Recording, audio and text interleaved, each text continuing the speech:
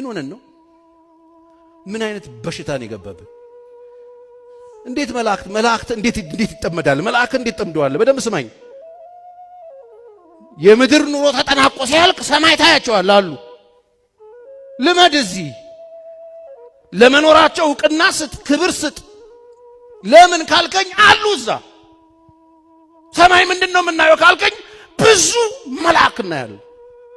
ብዙ የእግዚአብሔር መልአክ አገልጋዮች መጽሐፍ ቅዱስ ሺህ ጊዜ ያገለግሉት ነበር። እልፍ አእላፍ ደግሞ ቆመው ነበር ይላል። ከዙፋኑም የእሳት ፈሳሽ ይወጣ ነበር ይላል። በአምላካቸው ፊት ለማገልገል የተሰየሙ ብዙ መላእክት አሉ። ስለዚህ በአጭር አማርኛ የኦርቶዶክስ እምነት ተከታይ የሆናችሁ ሰዎች የነፍስ አባት ስትይዙ ተጠንቀቁ። የመለኮሰውን ሰይጣን እንዳትይዙ። ሰይጣን ከኦርቶዶክስ ላይ ወግድ። ሰይጣን ከድንግል ማርያም ላይ ወግድ። ሰይጣን ከመላእክት ላይ ወግድ። ሰይጣን ሂድ ወደ ኋላ። ሄዳችሁ ድብን ያሉ ወደፊት ኦርቶዶክሶችን ጌታን ተቀበል ምናምን አትበሉ። ሼም ምናምን የለም እንዴ? ማን ነው ጌታ? ጥሩልኝ እስቲ። ምን ነው ድምጻችሁ ጠፋ? ኢየሱስ ነው አይደል? ኢየሱስ የለም እነሱ ጋር። እንደሱ ነው የምታምኑት? በጣም ተረጋጉ። ወንጌል እንሰብካለን ብለው በጣም ብዙ ሰው እያበላሸ ነው እንዴ። መድኃኒዓለም ማን ነው? አማኑኤል ማን ነው? ማርያም ማን ናት? እና እኛ ጋር አለ እንዴ እሱ? መድኃኒዓለም አማኑኤል ምናምን አለ እንዴ? አጥያዎች አሉ። መድኃኒዓለም ብለው የሚያመልኩት ክርስቶስ፣ አማኑኤል ብለው የሚያመልኩት ክርስቶስ። ማርያም የኢየሱስ ምንድናት? እሺ ማርያምን ይዘው ኢየሱስ የላቸውም ብላችሁ እንዴት ተረጠራችሁ? የተረገምክ ነህ። በምድርም ላይ ትሳባለህ። ሕይወትህ ምድራዊ ነው። አምላክህ ሆድህ ነው። ክብርህ ነውርህ ነው። ፍጻሜህ ገሃነም ነው። ቀድሞም ሲኦል ነው። የዘንዶ ራስ የሌዋታን ራስ በባህር ውስጥ የሚሰብረው የሚለው በሲኦል ውስጥ የሚቀጠቅጠው የሚለው ከድንግል ማርያም ተወልዶ ነው። ይሄ ስም አስፈሪ ነው። ድንግል ማርያም የሚለው ስም አስደንጋጭ ነው። ለዲያብሎስ ለአንተ ለእባቡ አስደንጋጭ ነው። ለልጆችም አስደንጋጭ ነው። ይሄ ገድለ ዘርዓ ብሩክ በ23ኛው ምዕራፍ ከቁጥር 1 ጀምሮ ያለውን አነባለሁ። ይሄኛው ደግሞ ተአምር የሚገርም ነው። ሥላሴን ሶስቱን ሥላሴ ውጦ ለአያሌ ቀናቶች በሆድ ውስጥ ያኖረውን ነው ያነብላችሁ። እሺ ጥቅምት በገባ በ3ኛው ቀን ብዙ አባታችን ዘርዓ ብሩክ በሥላሴ ስም የተሰራች ቤተክርስቲያን ሲያጥን በእግዚአብሔር ትእዛዝ 3 ዕንቆችን አገኘ። ያ ጻድቅ አባታችንም ከፀሐይ 7 እጅ የሚያበሩ 3 ዕንቆችን ባገኘ ጊዜ እጅግ ደስ አለው። ባገኛቸው ጊዜ አንስቶ ዋጣቸው። 3ቱም ዕንቆች በሆዱ ውስጥ ብዙ ቀን ቆዩ። በእነርሱ ብርሃን መላ አካሉን ብርሃን አደረጉት። ያም ጻድቅ አባታችን በሆዱ ውስጥ ያሉ የ3ቱ ዕንቆች ምስጢር ሳያውቅ ብዙ ቀን ተቀመጠ። እነዚያም ዕንቁ ሥጋውና ነፍሱን ያነጹት ዘንድ ሥጋውን ማደሪያ አደረጉት። ከዚህም በኋላ በብዙ ቀን የ3ቱ ዕንቆች ምስጢር ተገለጠለት። እነዚህ የዋጣቸው ዕንቆች በዕንቆችም የተመሰሉ እንጂ ዕንቆች እንዳልሆኑ፣ እነዚህ የዋጣቸው ዕንቆች በዕንቆች የተመሰሉ እንጂ ዕንቆች እንዳልሆኑ አወቀ። እነዚያም 3 ዕንቆች የተባሉት 3ቱ አካላት በንጽሕት ድንግል ማርያም እንዳደሩ በሆዱ ገብተው ብዙ ቀን የቆዩት አካላት ሥላሴ ናቸው። ይህ በኢትዮጵያ ምድር በወንጌል ላይ የተደረገ ወንጀል ነው። በወንጌል ላይ የተደረገ ክህደት ነው። ክህደት ነው። ይሄ ኦርቶዶክስ ቤት እውነት የለም ብዬ አላምንም። ገብቶሻል? እኛ ቤትም እውነት ነው ብቻ ያለው ብዬም አላምንም። አሁንም ኢትዮጵያ እንደ ሀገር እንድትቆም ምክንያት ከሆኑ ሀገር ሆና እንድትቆይ ካደረጉ ትልቅ አንጋፋ ዋና ከሚባሉ ቤተ እምነቶች መካከል አሁንም ኦርቶዶክስ ናት። ይሄን ተሳስቼ ያልኩት አይደለም፣ እውነት ስለሆነ ነው። ይሄንን የማይወዱና ይሄንን መቀበል የማይፈልጉ ሰዎች እኔ ምንም ልረዳቸው አልችልም። ድብን ያሉ ኦርቶዶክሶች ማለት እውነትን የሚያውቁ እውነትን የሚያስተምሩ ስለ ክርስቶስ ከኛ የተሻለ ሊናገሩ የሚኖሩ ጤናማ ንጹህ ቅዱስ አስተማሪና ሰዎች አሉ። ይድረስ ለእባቡ። እባብ ምን እንደምናገር ታውቃለህ? ደግሞም ይገባሃል። ግን አንድ ነገር ቀድሜ ልነግርህ እፈልጋለሁ። ራስህን ለመቀጥቀጥ ስልጣን አለኝ። ልጫማብህም እግዚአብሔር ኃይልን ሰጥቶኛል ይላል ልበ አምላክ ቅዱስ ዳዊት ለእርሱም ለሚያምኑ ለክርስቲያኖች፣ ለኦርቶዶክሳውያን፣ ለእውነተኞች ሁሉ።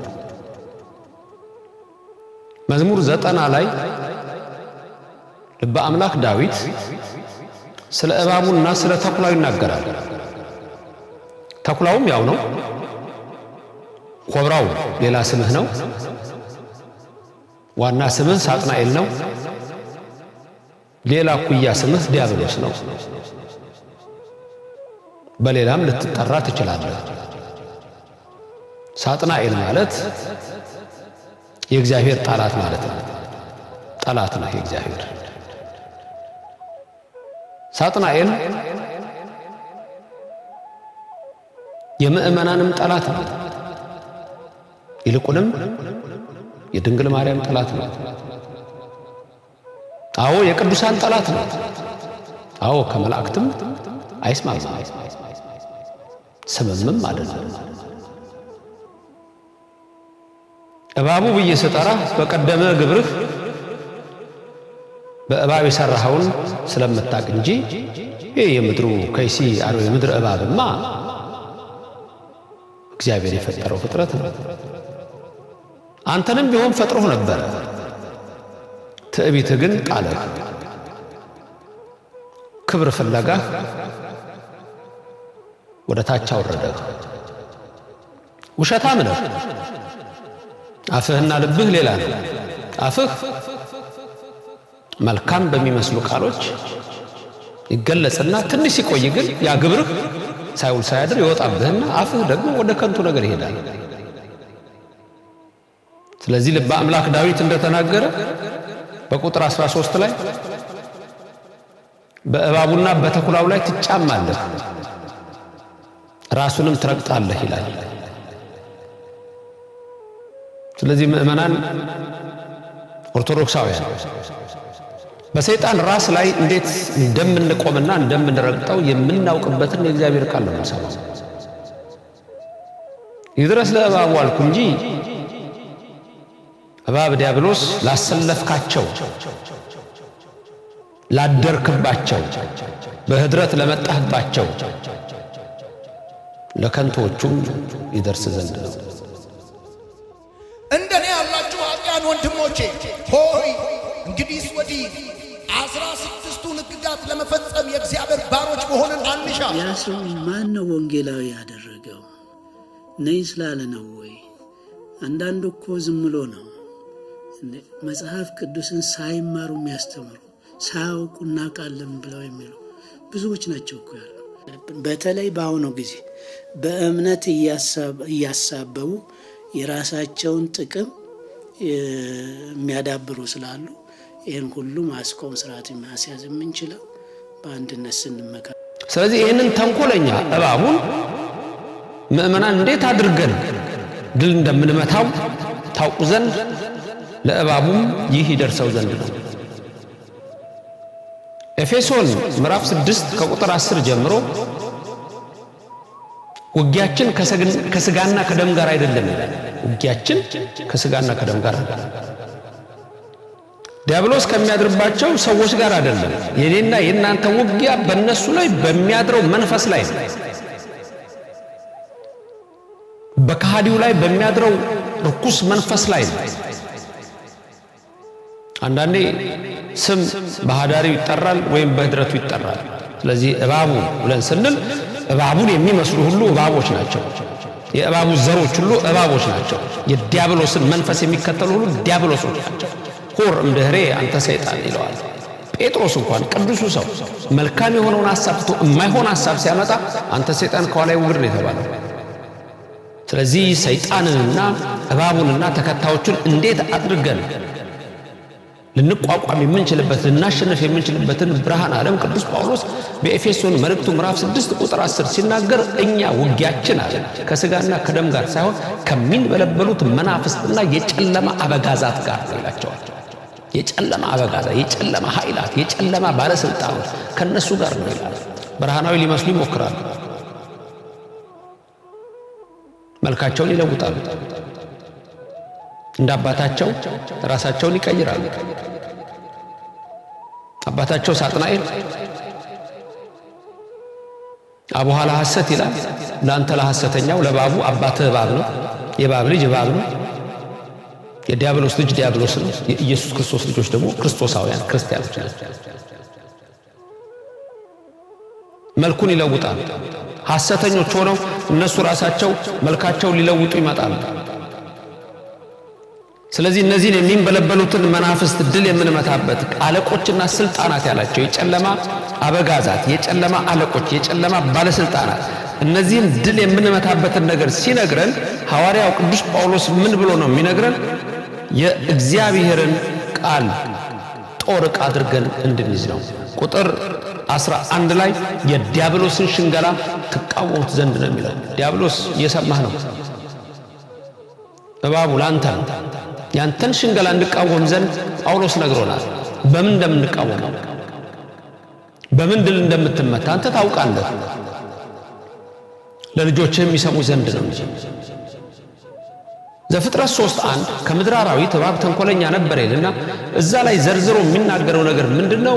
እባብ አዳምና ሔዋንን ከጣላቸው በኋላ አንድ ትልቅ እስከ መጨረሻ እስከ ምጽአት ድረስ ጦርነት እንደሚሆን ተነግሯል። ይሄም ጦርነት በእባቡና በሴቲቱ መካከል ነው። በእባቡ ዘርና በሴቲቱ ዘር መካከል ነው። ለጊዜው ጦርነቱ የሚመስለው በሔዋንና በዛ እባብ መካከል ነው። ፍጻሜው ግን በድንግል ማርያምና በዲያብሎስ በሳጥናኤል መካከል ነው። ይህ ገድለ ተክለ ሃይማኖት አቡነ ተክለ ሃይማኖት እባክህ ጌታዬ እንደው በሰማዕትነት ልሙት አሉ። አንተ የተሰጠ ህመምህ ያመመ ህመም ሰማዕትነት ይሆንልህ አለው። ያም እንደ ሰማዕትነት እቆጥርልሃለሁ አለው። ዳሩ ወንጌል ምስጢር መቼ ገባችኋል? የዲያብሎስ ልጆች የግብር ልጆቹ የአርዮስ ወንድም የመቅዶኒዎስ ታናሽ የንስጥሮስ አበጋዝ አንተ የናቡከደነጾር መልእክተኛ የሰዶም ነጋሪት መቺ ወይንህ ከገሞራ አንተ ሰዶማዊ አንተ የገሞራ ልጅ ዳሩ ይገባሃል እንዴ? አይባቡ አውሮፓን ባዶ አደረገና አፍሪካ መጣ። አውሮፓ ባዶን ቀርቷል። ቀድሞ የነበረ እምነት የሪፎርሜሽን የፕሮቴስታንት እምነት ዛሬ በአውሮፓ የለም። ትልቅ ጎቲክ ቸርቾች ቡና ቤት ሆነዋል፣ መስጊድ ሆነዋል፣ ሙዚየም ሆነዋል። እባቡ ብዙዎችን አስቶ ቀድሞም ወደማይሆን መርቶ ኋላም ፍጻሜያቸውን ወደ ክደት አደረገው። ዛሬ እባቡ ጭራውን በኢትዮጵያ ያምሳል። ጊዜውም የተመቸ ነው። እባቡ ለዘላለም ያፈርኩን ለዘላለም የወደኩን 5 ኃይሎችን እንዴት እንደሚዋጋ እወቁና ኦርቶዶክስ ራስን ለይ። አንደኛ ድንግል ማርያም። በቃ ይሄ ዘፍጥረት 3:15 ራዕይ 12 እንዳየነው በትላንትናው ትምህርታችን ላይ እንደተመለከትነው ቀጥታ ዲያብሎስ እንዴት እመቤታችን እንደሚዋጋ ነው የምታዩት። ሌላው ልጇን ኢየሱስ ክርስቶስን ይዋጋል። ዘፍጥረት 3 ላይ ጠላትነትን አደርጋለሁ ብሎ ከሷ የሚወለደው የዘንዶውን ራስ እንደሚቀጠቅጥ ተጽፏል። ማቴዎስ 4 ላይ መጥቶ ሲፈትነው ጥቅስ እየጠቀሰ ይገርማል። ጥቅስ እየጠቀሰ ሰይጣን እኮ አያምንም ግን ይጠቅሳል። ልጆቹም አያምኑም ይጠቅሳል። አይዋሃዳቸው። እሱን በክፍል 3 ላይ የምናየው። ስለዚህ ከእመቤታችን ቀጥሎ ሌሎች የምናያቸው 4 ኃይሎች፣ አንደኛ ራሱ መድኃኒታችን ኢየሱስ ክርስቶስ ነው። ራዕይ 12 ቁጥር 4 ቁጥር 5 ስትመለከቱ በተለይ ቁጥር 4 ላይ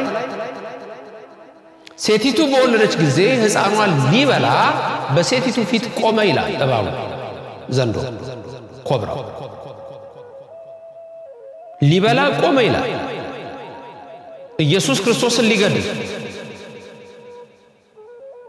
በሄሮድስ አደረ። 144,000 ሕፃናትን ገደለ እንዳየነው ማቴዎስ 2 ላይ። ኢየሱስን ለመግደል መድኃኒታችን ኢየሱስ ክርስቶስ ክብር ይግባውና እናቱ ድንግል ማርያም ይዛው ወደ ግብፅ ሄደች። ነገሩ የኛን ስደት ሊመልስ ነው። ይሄም አይገባቸው፣ ለባቡም አይገባው። ፈርቶ ሄደ ይመስለዋል ቀራንዮ ድረስ እንዳልገባው። በጥምቀት ላይ የሰማውን ይዞ የእግዚአብሔር ልጅ ነው የሚለውን ሰምቶ የእግዚአብሔር ልጅ ከሆንክ ይህን ድንጋይ እንጀራ አድርግ እያለ ማረጋገጥ ነው የፈለገው። ተጠራጣሪ ነው። ዛሬ ተጠራጣሪዎች የምንላቸው በግዕዙ ናፈቀ፣ ይሄ መጠራጠር ስማቸው ሆኖ የቀረው ለዚህ ነው። በመጨረሻም በቀራንዮ አደባባይ ጊዜው በደረሰ ጊዜ መድኃኒታችን ኢየሱስ ሲሰቀል ዲያብሎስ እባቡ ዋናው አሰቃይ ነው፣ ግን አልገባውም። በ3ኛው ቀን ሞት ድል አድርጎ ይነሳል። የይሁዳ አንበሳ ኢየሱስ ክርስቶስ ክብር ምስጋና ለሱ ይድረሰው። በልብ መታሰቡ በቃል መነገሩ ከፍ ከፍ ይበል። ሴቲቱ በወለደች ጊዜ ሕፃኗን ሊበላ ቆመ። ባጭሩም ነግራችሁ ኢየሱስ ክርስቶስ ሕያው አምላክና ዲያብሎስ የተባለው እባቡ የተባለው ዲያብሎስ ምንም አይነት መስማማት የላቸው። ይሄንን ነው ቅዱስ ጳውሎስ በግልጽ የነገረን። ሰይጣን ወይም ቤልሆር ከክርስቶስ ጋር ምንም አይነት መስማማት የለውም ያለ፣ የሚያምን ከማያምን ጋር፣ ጨለማ ከብርሃን ጋር መስማማት እንደሌለው ልክ እንደዚሁ ክርስቶስ ከሰይጣን ጋር ምንም አይነት መስማማት የለውም። በቃ አለቀ። ድንግል ማርያም ከሰይጣን ጋር ምንም አይነት መስማማት የለም። ኢየሱስ ከሰይጣን ጋር ምንም አይነት መስማማት የለም። ስለዚህ ድንግል ማርያም የዘላለም ጠላትነት ተደርጎ ተጽፎ ራሱ እግዚአብሔር ራሱ ኢየሱስ ነግሮና ሰይጣን አያፍርም። ኢየሱስ ክርስቶስንም ሊበላ ቆመ ተብሎ የተጻፈለት ትዕቢተኛ። ትዕቢተኞች መቼም አያርፉም። ልጆቻቸውም እንደዚህ ናቸው። አሁን ድንግል ሰምታችሁ ሊሆን ይችላል። ይሄ ሰው ቀድሞ የተነሳው ዮናታን የዳዊት ወዳጅ ነው። ነገር ግን የሳኦል ልጅ ነው። በፍጻሜ ዘመኑ ግን ዳዊትን በልቡ እንደሸነገለ አካሄዱን ግን ከሳኦል ጋር እንደነበረ ሲናገር መጽሐፍ እንዲህ ብሎ ይመሰክርለታል። 2ኛ ሳሙኤል ምዕራፍ 1 ቁጥር 23 ላይ ሳኦልና ዮናታን የተዋደዱና የተስማሙ ነበሩ ይላል። ሳኦል ዳዊትን የተቃወመ ሰው፣ ዮናታን ዳዊትን በጣም ይወድ የነበረ ተብሎ የተነገረ። ነገር ግን በአንደበቱ ዳዊትን ወዶ በአካሄዱ ግን እንደ ሳኦል ዳዊትን የሚወጋ ነበር። ዛሬ ቅዱስ ዳዊት የሚዘከርባትን ክብሩ የሚወሳባትን የዳዊት ዘርና ስር የተባለ ክርስቶስ የከበረባትን ይህችን ቤተክርስቲያን የሚናገሩ ክብሯን እንመሰክራለን ብለው በአደባባይ የሰውን ቀልብ ለመሳብ ሲሉ ቤተክርስቲያን እናት ቤተክርስቲያን ናት፣ ባለውለታ ናት ብለው ሲናገሩ የነበሩ ሰዎች አሉ። ኢትዮጵያ የተሰራችበት ድርና ማግ የሆንሽው የኢትዮጵያ ኦርቶዶክስ ተዋሕዶ ቤተክርስቲያን የክብር አጥርሽ ሲነካ ዝም በማለቴ ይቅርታ ጠይቃለሁ። በመናለ ቁጥር 25 ላይ ኃያላኑ እነዚህ ግን በሰልፍ ውስጥ እንዴት ወደቁ? ዮናታን በኮረብታ ላይ ወድቋል። እስኪ ሁላችሁ ዮናታን በሉ። በኮረብታ ላይ ወድቋል። የዛሬው ዘመን ዮናታን ደግሞ ታምረ ማርያም አንስቶ በኮረብታ ላይ ወድቋል። ታምረ ማርያም እንደዚህ ነው። ታምረ ማርያም ገጽ 29 መቅድም ነው እንደዚህ ነው። እመቤታችን ማርያም በፍጥረት ሁሉ አንደበት ትመሰገናለችና የቤተ ክርስቲያን ልጆች ለእናንተ ለኃጥአን መድኃኒታችሁ ስለሆነች አክብሯት። በጎ አገልግሎቷም ለሚያገለግላት ዋጋውን ትሰጣለች። ሳትጠራጠሩ በፍጹም ልባችሁ እመኑባት፣ እሷ መድኃኒታችሁ ናት። ሳትጠራጠሩ በፍጹም ልቦናችሁ እመኑባት፣ እርሷ መድኃኒታችሁ ናትና ይላልና ይሄ ጣዖት አምላኪነት ነው። ላቲ የደላዋ ክብረ ስብሐት ወለወልድ አምልኮ ስግደት ለእሷ ክብርና ምስጋና ለልጇም አምልኮ ስግደት። እስቲ ተነስቶ አንድ ዱርዬ ተነስቶ ድንግል ማርያምን ሲናገር አደነግጡ? እግዚአብሔር እናቴ ያላትን ሲናገር ሲደፍር አደነግጡ? የሰማይና የምድር ንጉሥን ድንግል ማርያም ይዛ አቅፋ አጥብታ ያሳደገችውን ድንግል ማርያምን ሲናገር ዲያብሎስ ያደረበት ያ ሎግም ትዕቢቱ አያፍርም። በሰውነቱ አይደለም፣ በሰውነቱማ ትንሽ ነው። 9 ወር ከ5 ቀን ተጸንሶ የተወለደ ነው። በድህነት አድጎ አሁን ጊዜ ረድቶት ሱፍ ለብሷል እንጂ እሱማ ምን አለው? አንድ ተራ እኮ ነው። በውስጡ ግን ያለው መንፈስ ከባድ ነው። የ8000 ዓመት ልምድ ያለው እባቡ ነው ውስጡ ዙፋኑን የዘረጋው፣ አይምሮን የተቆጣጠረው፣ ልቡን የገዛው። ስለዚህ አፉ እንደ ዘንዶ ይናገር ነበር ያለው ራእይ 13 ላይ እንደዛ ነው። እንደ ዘንዶ ይናገራል። ዘንዶ ድንግል ማርያምን አይወድም። የእባቡ ልጅ እባቡ ድንግል ማርያምን አይወድም። ኢየሱስን አይወድም።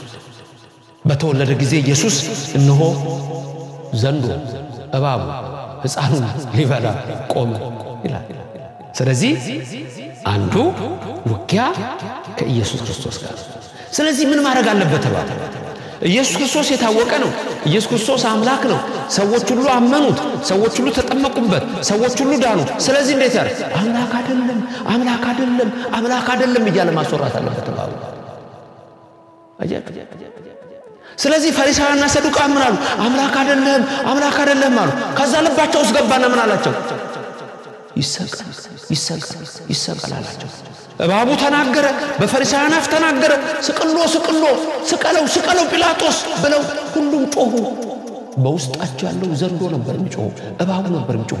ዛሬም ኢየሱስ ክርስቶስን አማላጅ ብሎ የሚናገር መንፈስ፣ ነቢይ ነው ብሎ የሚናገር መንፈስ፣ ፍጡር ነው ብሎ የሚናገር መንፈስ በውስጡ የሚሰራ ሌላ ኃይል አለው። የእባብ ልጆች እባብ ናቸው። እንደ ዘንዶ ይናገር ነበረ። ስለዚህ ኢየሱስ ክርስቶስ አምላክነት ስለማይገባቸው ሰቀሉት። እሱ ግን የእግዚአብሔር ቃል የመጣላቸውን እነ ሙሴን እንኳን አለ ዘጸአት 7:1 ላይ፣ መዝሙር 81 ላይ፣ ዮሐንስ ወንጌል ምዕራፍ 10 ላይ አማልክት ዘበጸጋ ይላቸዋል አለ። እሱ ግን የአማልክት አምላክ አልገባቸው። ሰዎች የአማልክት አምላክ የጌቶች ጌታ እያሉ ይዘምራሉ። ኢየሱስ እንደሆነ ግን አያውቁም። እምነታቸው አፋቸው ላይ፣ ልባቸው ከእሱ የራቀ ነው። እባቡ በልባቸው ስለነገሰ በአፋቸው ግን እሱ ምን እንደሚያደርገው ሔዋን ከዚህ እኮ ብትበሉ አትሞቱም ይላል። ያታላል። እንደሚሞቱ እያወቀ ሊገላቸው ሲፈልግ እባቡ ምንድነው ያለው? ሔዋን ከዚህ እኮ ብትበሉ አትሞቱም፣ እንደ እግዚአብሔር አዋቂ ትሆናላችሁ ሲላቸው ተሳቡ። ዛሬ በእባቡ መልካም ነገር ነው ወደዚህ ብትመጡ የምታገኙ፣ ሕይወታችሁ እንደፈለጋችሁ ሆናችሁ ሲያታልኩ ማተብህን እንዳረከና ይልሃል እባቡ። የእባቡ ልጅ ግን አዳምና ሔዋን ሞቱ። አንተም አታፍል። ንስሐ ገብተህ ካልተመለስክ በስተቀር አዳምና ሔዋንን ያዳነ አልቅሰውን የዳነ አልቅሰ ከዳነ ይሆንልሃል። አለዛ ግን ሲኦልን የሚከለክልህ ይሆናል። የመጀመሪያው ውጊያ የዘላለም ጠላትነት ከድንግል ማርያም ጋር ቀጠለ። 2 ከኢየሱስ ጋር። 3ኛ ከመላእክት ጋር እባቡ አይስማማም። እባቡ ከሚካኤል ጋር አይስማማም፣ ከገብርኤል ጋር አይስማማም። እምላችሁ ሁሉ ከመጽሐፍ ቅዱስ ውስጥ ነው የምነግራችሁ። ይስማማል የሚል ሰው ካለ ይምጣና ይናገር። እባቡ ራሱ አይሉ በዛው በራእይ ላይ እንደተመለከታችሁት ቁጥር 7 ላይ በሰማይ ሰልፍ ሆናለን የሚለው ውጊያ፣ ጦርነት ታዳለቀኩ። ጦርነት ከሴቲቱ ጋር ጦርነት፣ ከኢየሱስ ጋር ጦርነት፣ ከሚካኤል ጋር ጦርነት። ምን ይሻላል አንተባ? እንደ እባቡ ልጆችስ ምን ታስባላችሁ? ከሚካኤል ተጣልታችሁ፣ ከገብርኤል ተጣልታችሁ፣ ከቅዱሳን ተጣልታችሁ መጣለው ወደሱ። በሰማይ ሰልፍ ሆነ። ሚካኤልና መላእክቱ ዘንዶን ተዋጉ። ዘንዶም ከነሱ ጋር ተዋጋ፣ አልቻላቸውም። ዘንዶ ከነተከታዮቹ ወደቀ። ዘንዶ ከልጆቹ ዘንዶቹ ጋር ወደቀ። እባቡ ከእባቦቹ ጋር ወደቀ። ዲያብሎስ ወደቀ። ዋርዌ ተከይደ። ዲያብሎስ ወደቀ። ወከይሲ ተሐውለ ጠፋ ለዘላለም። ከሚካኤል ጋር አይስማማም። አንዳንድ ኦርቶዶክሶች ትገርሙኛል። ከሚካኤል ጋር ሰይጣን እንዲስማማ ትፈልጋላችሁ? እንዴት ሚካኤል እንዲህ ብሎ ይናገራል? እንዴት መላእክት እንዲህ ብላ ትናገራለች? እንዲህ ብለው ለምን ይናገራሉ? በቃ እንዲህ ነው የሚችሉት። ውስጣቸው የሚገፋቸዋል። ያደሩለት ጌታ አላቸው እኮ። ያደሩለት ጌታ ሚካኤልን አይወድም። ስለዚህ ከሚካኤል ጋር ጠብ ናቸው፣ ከገብርኤል ጋር ጠብ ናቸው። አንተ ነህ የኦርቶዶክስ ልጅ እኮ ከሚካኤል ጋር ዘመድ የሆንከው፣ ከገብርኤል ጋር ወዳጅ የሆንከው። አይተ ገብርኤል ድንግል ማርያምን ሄዶ ተፈሲ ተሴት ሲል አይተሃል አይደል? ገብርኤል በሉቃስ ወንጌል ላይ ደስ ይበልሽ ሲል የገብርኤል ዘመድ ስለሆንክ እመቤታችንን ደስ ይበልሽ ትላለህ። እባቡ ይቃጠላል፣ ጌታ ይነዳል። የእባቡ ልጆች እንደዛው ናቸው። ስለዚህ ሶስተኛ ከሚካኤልና ከመላእክቱ ጋር አይስማማም እባቡ። አራት ከቅዱሳን ጋር፣ አንድ ከመቤታችን፣ ሁለት ከኢየሱስ፣ ሶስት ከመላእክት፣ አራት ከቅዱሳን ከሰማዕታት ከጻድቃን ከነዚህ ጋር አይስማማም። ምክንያቱም ራእይ የሚነግረን ከመላእክቱ ጋር ከተዋጋ በኋላ ሲወድቁ የአጋንንት ኃይላት ወደ ምድር ሲጣሉ ዓለምን የሚያስተው ዲያብሎስ የተባለው ታላቁ ዘንዶ እርሱም እባብ ወደቀ እንዳለ የትምህርታችንም ኃይለ ቃል ያደረግነው ወደቀ ሲል ወደ ምድር ወደቀ፣ መላእክቱም ከሱ ጋር ተጣሉ ወደቁ ይልና ቀጥሎ ታላቅ ድምፅ በሰማይ ሆነ እንዲህ ሲል አሁን የአምላካችን የመድኃኒታችን የኢየሱስ ክርስቶስ ማዳን ሆነ። ቀንና ሌሊት ይከስ የነበረ ዲያብሎስ የወንድሞቻችን ከሳሽ ተጣለ ይላል። ወንድሞቻችን የሚለው ዮሐንስ ነው። እዚህ ጋር ይሄን የሚናገረው ወንድሞቻችን የሚለው ነቢያት ሐዋርያት ነው። ስለዚህ ከነቢያት ከሐዋርያት ከጻድቃን ከሰማዕታት ጋር ዲያብሎስ አይስማማም። እዛው ይነግራቸዋል። ወንድሞቻችን ብሎ ሐዋርያት ነቢያትን አንስቶ ቁጥር 11 ላይ ራእይ 12 ላይ እዛው የሚነግራችሁ ምንድነው? ቀጥሎ የሚነግራችሁ እነዚህ ድል ነሱት ከበጉ ደም የተነሳ ድል ነሱት ይላችሁና እነዚህ ደግሞ ነፍሳቸውን እስከ ሞት ድረስ አልወደድም ብሎ ደግሞ ሰማዕታትን ያመጣላቸው። ነፍሳቸውን እስከ ሞት ድረስ አልወደዱ፣ ሰጡት ለኢየሱስ ክርስቶስ፣ ሰጡት ለእግዚአብሔር።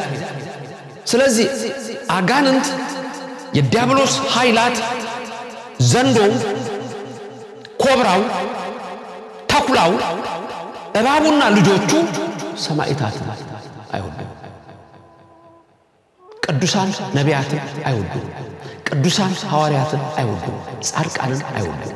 አንድ እመቤታችን፣ ሁለት ኢየሱስን፣ ሶስት መላእክትን፣ አራት ነቢያትን፣ ሐዋርያትን፣ ጻድቃንን፣ ሰማዕታትን ዘንዶ ይዋጋል።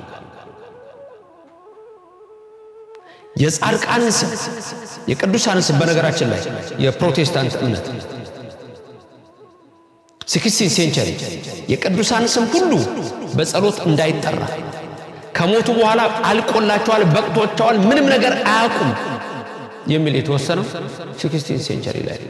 በተለይ ይህ ውሳኔ የእምነቱ መስራች ከሆነው ማርቲን ሉተርና እንደዚሁም ደግሞ ከታወቀው የዊሊያም ትንደል አስተሳሰብ ተጽፎ ተቀምጦ ያለ ነገር። ምንም አይነት የሚያውቁት ነገር የለም። በእኛ ሕይወትም ውስጥ ምንም ነገር ጣልቃ ሊገቡ አይገባቸውም፣ ስለኛ ሊጸልዩ አይገባቸውም በሚል እምነት ሆኖ የተወሰነ ጉዳይ ነው። This is the belief that the souls of departed are not conscious between death and the last day, and so they are incapable of intervening by prayer on our behalf. ሕግ አድርገው ይሄንን የጻፉት በእኛ ውስጥ በጸሎት ውስጥ እኛን ወክለው የሚያደርጉትም ጸሎትም የለም። ከሞቱ በኋላ አንኮንሸስ ናቸው ወይም ምንም አይነት ኮንሸስ የላቸውም። እንዲህ ብለው ይወስኑ ደፋሩ። ለማን ይረዱት? እባቡ ነቢያት ሐዋርያትን አይወድም። ጻድቃን ሰማዕታትን አይወድም። የእነሱ ስም እንዲጠራ አይፈልግም። ለምን? ቀጥቅጠውታል። አሁን ገብረ መንፈስ ቅዱስን ብታነሳ ሰይጣን ደስ አይለው። አቡነ ተክለ ሃይማኖትን ብታነሳ ሰይጣን ደስ አይለው። ተክልያ አስሮታል፣ ዲያብሎስን አንጫጭቶታል። አጋንንትን አሳድዷቸዋል። እሺ የእባቡ ልጆች ለሰይጣን ከረዱና ተክለ ሃይማኖትን ከሰደቡ የማን ወገን ናቸው? የእግዚአብሔር ወገን ናቸው። አቡነ ተክለ ሃይማኖት አሁን በ99 ዓመታቸው የሞቱት። እሳቸው መሞት የሚፈልጉት የነበረው በሰማዕትነት ነበር። ተማዕቶኜ እንደው ሰዎች ልክ እነ ቶማስ ዘመርዓስን እንደገደሏቸው ራሳቸው ቆመው እኮ ሰማዕት እኮ ናቸው። ሰማዕትነታቸው ፈጽመዋል እኮ። ጦር በቀኝና በግራ እኮ አንድ እግራቸውን እኮ እስተሚወጋው ድረስ እግራቸው እኮ ተቆርጦ እስተሚወርቅ ድረስ በጦር እባቡ አንዴ ቃ በአንድ እግር መቆም ትችላለህ? ትጾማለህ? እንደው ተኝታለህ? እንዳሳም ተኝተህ እኮ ነበር። እንኳን ልትጾምና አንድ ደቂቃ ለጸሎት በአንድ እግር ልትቆም። በአገራችን እኛ ሽማግሌም ይከበራል። ዲያብሎስ ግን ሰዎች ላይ ሲያደርግ ማንንም አያከብርም። ሽማግሌ የሚባል ነገር አያውቅም። አቡነ ተክለ ሃይማኖት እባክህ ጌታዬ እንደው በሰማዕትነት ልሙት አሉ። አንተ የተሰጠ ህመምህ ያመመህ ህመም ሰማዕትነት ይመልህ አለ። ያም እንደ ሰማዕትነት እቆጥርልሃለሁ አለ። ዳሩ ወንጌል ምስጢር መቼ ገባችኋል?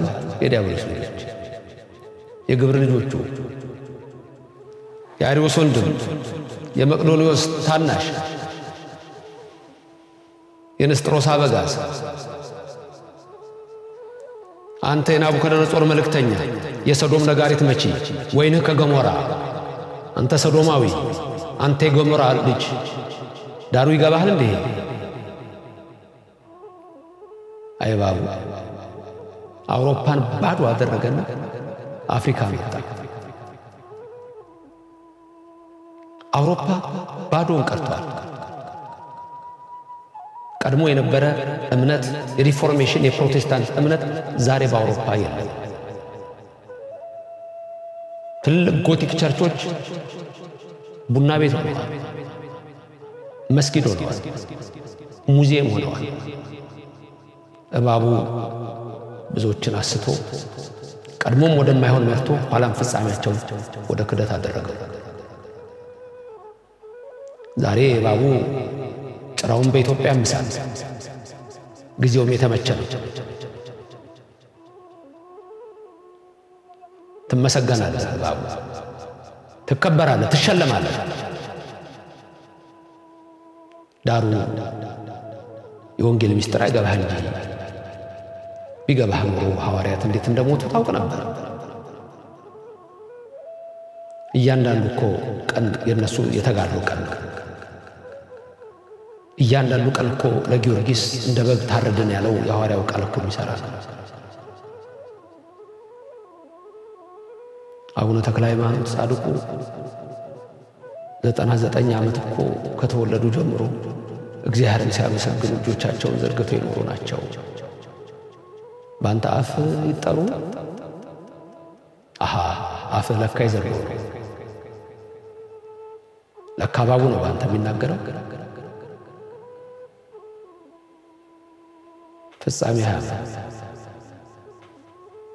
ፍጻሜ ወደ ጥልቁ ነው።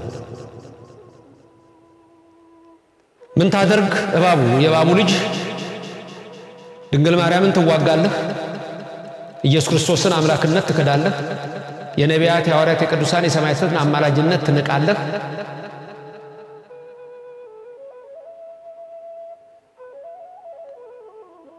በዚህ መንፈስ ውስጥ ነው ያለው። ያወክ ይመስላል፣ አታውቅም። ጳውሎስ ነግሮሃል። በትዕቢት የተነፋህ ይልሃል፣ የመስቀል ጠላት ይልሃል፣ ሆዳም ነው የሚሉ ፊልጵስዩስ 3:16ን ዳሩ አባትህ እባቡ እንደሚጠቅሰው እየጠቀስክ 8 ጥቅስ ብቻ ነው እንጂ የምታውቀው ፊልጵስዩስ 3:16ን ብታነበው እኮ ይነግርህ ነበር። የመስቀል ጠላት ነው የሚለው የመስቀል ጠላት እዚህ ላይ ራእይ ላይ ስላልገባ ነው እንጂ የመስቀል ጠላትም ይልሃል። አየህ ሌላ ልጨምርልህ 6ኛ ውጊያ ከመስቀል ነው። በሰማይ የምታድሩ ደስ ይበላችሁ ነው የተባለው። ቅዱሳን ደስ ይበላችሁ ነፍሳችሁን እስከ ሞት ሰጣችኋል አለ። እስከ ሞት ነው እኮ ነፍሳቸውን የሰጡት በተጋድሎ። በምንም አይነት አሟሟት ቢሞቱ እኮ ጻድቃን ናቸው። ያን ደግሞ እንደ ክብር አድርጎ ይወስድላቸዋል። ዳሩ በጀርመኒ 16 ሴንቸሪ የ8ኛው ሺህ ውጤት ሲለፈፍ ያ ርኩስ ጸበል ባንተም ጭንቅላት ላይ ጠባልና አበቀለልህ። ደግሞ ወደ ሌላ እንዳትወስድ ክፋት አበቀለልህ። በሰማይና በምድር የሚያድሩ የተባሉ በምድር ያሉ ቅዱሳን በሰማይ የሚያድሩ በውስጧም የምትኖሩ በሰማይ ደስ ይበላችሁ የተባሉት ቅዱሳን ናቸው። ለባህርና ለምድር ግን ወዮላቸው፣ ዲያብሎስ ጥቂት ዘመን እንዳለው አውቆ ወደ ምድር ወርዷል ይላል። አዎ ልጆቹን ያሰልፋል። 5ኛ ዲያብሎስ የሚዋጋው እውነተኛ ክርስቲያኖች። እመቤታችን አለች፣ ልጇ አለ፣ መላእክት አሉ፣ ነቢያት፣ ሐዋርያት፣ ጻድቃን፣ ሰማዕታት አሉ። እንደገና ደግሞ ቁጥር 17 ራእይ 12 ስትመለከት ዘንዶም በሴቲቱ ላይ ተቆጥቶ የእግዚአብሔርን ትእዛዛት የሚጠብቁትን የኢየሱስ ምስክር ያላቸውን ሊዋጋ የቀሩትን ሊዋጋ ከዘሯ የቀሩትን ሊዋጋ ሄደ ይላል። ከዘሯ የቀሩትን ሊዋጋ የድንግል ማርያምን ዘር ሊዋጋ። ኦርቶዶክሳውያን እየሰማችሁ ነው። ለባቡ ስናገር እናንተም እየሰማችሁ ነው። ስራውን እንገልጠዋለን አለ ቅዱስ ጳውሎስ። የእግዚአብሔር ልጅ ራሱ የተገለጠው የዲያብሎስን አሰራር ሊያፈርስና ሊገልጥ ነው አለ። እኛም ይሄንን ነው የምናደርገው። በተኩላና በእባብ ትጫማላችሁ ብሎ መዝሙሩ 90 ቁጥር 11 እንደነገረን፣ አዎ ቁጥር 14 ተረት እንደመሰከረልን፣ አዎ በተኩላውና በአንበሳው ላይ እንራመዳለን። የኢየሱስ ምስክር ያላቸው ከዘሯ የቀሩትን የኢየሱስ ምስክር ያላቸው የኢየሱስ ምስክር ስጋውና ደሙ ነው። ስጋዬን የበላ የዘላለም ሕይወት አለው። ያ ኦርቶዶክስ ስጋ ነው። ከዘሯ የቀሩትን የተባለው የድንግል ማርያምን ነው። እሷ ልጆች ወልዳ የእሷ የዘር የልጅ ልጆች ኖረዋል። በመንፈስ በጸጋ እናታችን ነች። በመስቀል ስር የተሰጠች እናታችን ነች። የእሷ ልጆች ነች። ስለዚህ ዲያብሎስ ለእኛ ሊተኛ አይችልም። ዳሩ ግን አያሸንፈንም። ልጆቹን ያሰልፋል፣ ተኩላዎቹን ያሰልፋል፣ ኮብራዎቹን ያሰልፋል። ዳሩ ግን አይችልም። በየዋህነት የሚወሰዱ እንኳን ቢኖሩ በንስሐ ይመለሳሉ። ተሳስተው በዚህ ሰዓት ሄዱ እንኳን ቢኖሩ አልቀሰው ይመለሳሉ። ጽዮን ሆይ የናቅሽ ሁሉ ወደ እግርሽ ጫማ ይሰግዳሉ፣ የእግርሽን ትቢያ ይልሳሉ የሚለው ትንቢት ይፈጸማል። ይድናሉ፣ ይመሰክራሉ። የኢየሱስ ምስክር ያላቸው፣ ጥምቀት ያላቸው፣ ስጋው ደግሞ የተቀበሉ ከዘሯ የቀሩተናል። የድንግል ማርያም ልጅ እናታችን የሚል እመነ ጽዮን ይብል ሰብ ወብእሲ ተወልደ በውስቴታ ይላል መዝሙር 86። እኛ ነን እናታችን ጽዮን የምንል። አንተ ብለህ አታውቅም፣ እባቧ ያስብለህም ብለህም አታውቅም። ለማታለል ካልሆነ በስተቀር አትልም። ለመጥለፍ ካልሆነ በስተቀር አትልም። ልብህ ውስጥ ያለው እንዴት አድርጎ ሰው እኮ ሲያገሳ የበላውን ነው የሚያገሳው እኮ። ኮካ ከጠጣ እኮ ሲያገሳ ኮካ ይለዋል። ሚሪንዳ ከጠጣ ሲያገሳ ሚሪንዳ ይለዋል። አንተ ስታገሳ የዲያብሎስ ብስናትና ግማት ነው በአፍንጫህና በአፍህ በጆሮ ሳይቀርቅር ነው የሚወጣው። እባቡ ትሰማኛለህ? የእባቡ ልጅ ታደምጣለህ? ፍጻሜ ያለ ደግሞም ቸኩሏል። ታገኘዋለህ። መስሎህ ነው ቅዱሳንን የሚነካ ያለውን ቃል ደርሰህበታል? አይ ለካ መርጠን የምታነበው እንዳባትህ እንደባቡ እንጂ እናንተን የሚነካ የአይኔን ብሌን የሚነካ ነው የሚለውን ቃል አላየኸውም እንጂ ብታየው ኖሮ ጥሩ ነበር። ድንገት ለንስሐ ጊዜ ይሰጥ ይሆን? ድንገት ለመመለስ ጊዜ ይሰጥ ይሆን? ወይስ እንዳባትህ ንስሐ ለዘላለም በቃኝ አልፈልግም ትላለህ? ለባቡ ልጆች መርዛችሁን ተፍታችሁ ታጠቡ፣ ተቀደሱ። ኑ ሴቲቱን አትዋጓት፣ ምስኪኗን እናት አትዋጓት፣ የእግዚአብሔርን እናት አትዋጓት፣ የአምላክን እናት አትዋጓት፣ እግዚአብሔር የመረጣትን አትጥሏት። ባይሆን ዝም በሉ። ባፋችሁ ሉጋም አስገቡ፣ አለዛ ግን ባፍንጫ ሰናጋ ያስገባልሃል። ጭር እንዳለ ዶሮ ሰናጋ ገብቶልህ ማረፊያና መቀመጫ ታጣለህ። እነዚህን ሁሉ ይዋጋል ዲያብሎስ። እባቡ አይተኛም። አዎ ከዘሩ አይቀሩትን ሊዋጋ ሄደ። የት ሄደ? የት ቆመ? ክፍል 3ን በዚህ መልክ ደግሞ እንቀጥላለን። ኦርቶዶክስ ድንግልንም አይወድ፣ ኢየሱስ ክርስቶስንም አይወድ፣ እግዚአብሔርንም አይወድ፣ መላእክትንም አይወድ፣ ሚካኤል ገብርኤልንም አይወድ፣ ጻድቃንንም አይወድ፣ ነቢያት ሐዋርያትን ሰማዕታትንም አይወድ፣ ቅዱሳንንም አይወድ። እናንተን ሊወዳችሁ አይችልም። በባህር አሸዋ ላይ ቆመ። እባቡ። የባህር አሸዋ ምንድን ነው? ዛሬ ብዙ አሸዋዎች ተነስተውብናል። ክፍል 3 እሱ ይነግረናል። አነሳስቶ ላስጀመረን አስጀምሮ ላስፈጸመን ክብር ምስጋና ይግባው። እመቤታችን አትለየን። የቅዱሳን በረከት ከሁላችን ጋር ይሁን። ክፍል 3 ይቀጥላል። በቸር ያድርሰን። አሜን።